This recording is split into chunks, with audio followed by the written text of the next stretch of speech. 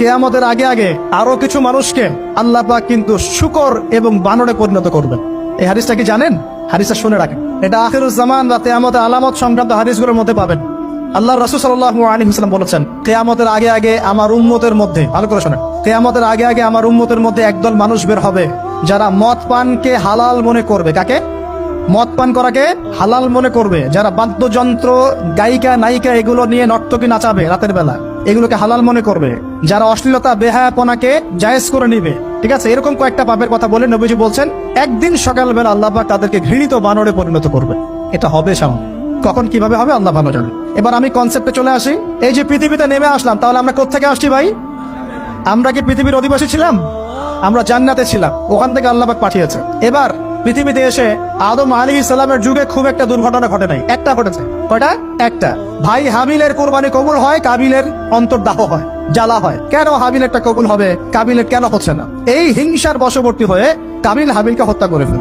হত্যা করে লাশটা দাফন করার পদ্ধতিও তার জানা ছিল না। আল্লাহ কাককে পাঠালেন, কাককে দেখে সে শিখলো। প্রথম দুর্ঘটনা হচ্ছে হাবিল কাবিলের দুর্ঘটনা। বলে রাখি, আজকেও নিজের ভাইয়ের বেশে বহু কাবিল মুসলিম সমাজের মধ্যে ঘুরে বেড়ায়।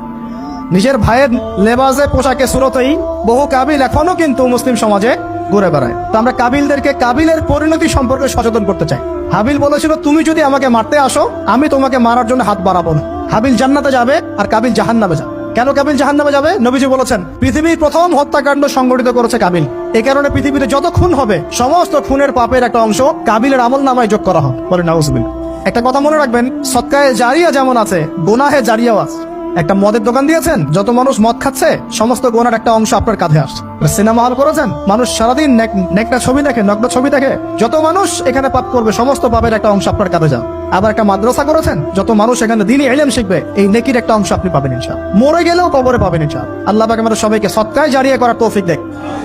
গোনাহে জারিয়া থেকে বাঁচিয়ে রাখুন, খুব খেয়াল রাখবেন। আল্লাহ পাক আমাদের হেফাজত করুন বলি আমিন। এবার ওই যুগ শেষ, নূহ আলাইহিস সালামের যুগ। এই যুগে আল্লাহর একই সুন্নত, নূহ আলাইহিস সালাম 950 বছর দাওয়াত দিলেন, 40টা বা 80টা পরিবার ইসলাম কবুল করেছে, বাকিরা করে নাই। যারা করে নাই আল্লাহ পাক তাদেরকে ডুবিয়ে মারলেন, যারা করেছে আল্লাহ পাক উদ্ধার করলেন। সোজা কথা। আজকে সারা পৃথিবীতে যত মানুষ আমরা বেঁচে আছি না, আমরা কোনো না কোনো ভাবে ওই 80 পরিবারের সদস্য। আমরা ভাই ভাই, আমরা ওই ফ্যামিলি, 80 ফ্যামিলির অন্তর্ভুক্ত। কিরকম করে? নূহ আলাইহিস সালামের 4 সন্তান ছিল। কয় সন্তান? এক সন্তানের নাম হচ্ছে হাম। কি নাম? হাম। হাম ছিল একটু কালো বর্ণের। হামকে দিয়ে আফ্রিকার কন্টিনেন্টে যত মানুষ দেখছেন ব্ল্যাক স্কিনের, কালো স্কিন, এরা সবাই হামের বংশধর। মজা না বিষয়টা? মানুষের অস্তিত্ব পৃথিবীতে, ইতিহাস, এগুলো খুব ইন্টারেস্টিং টপিক।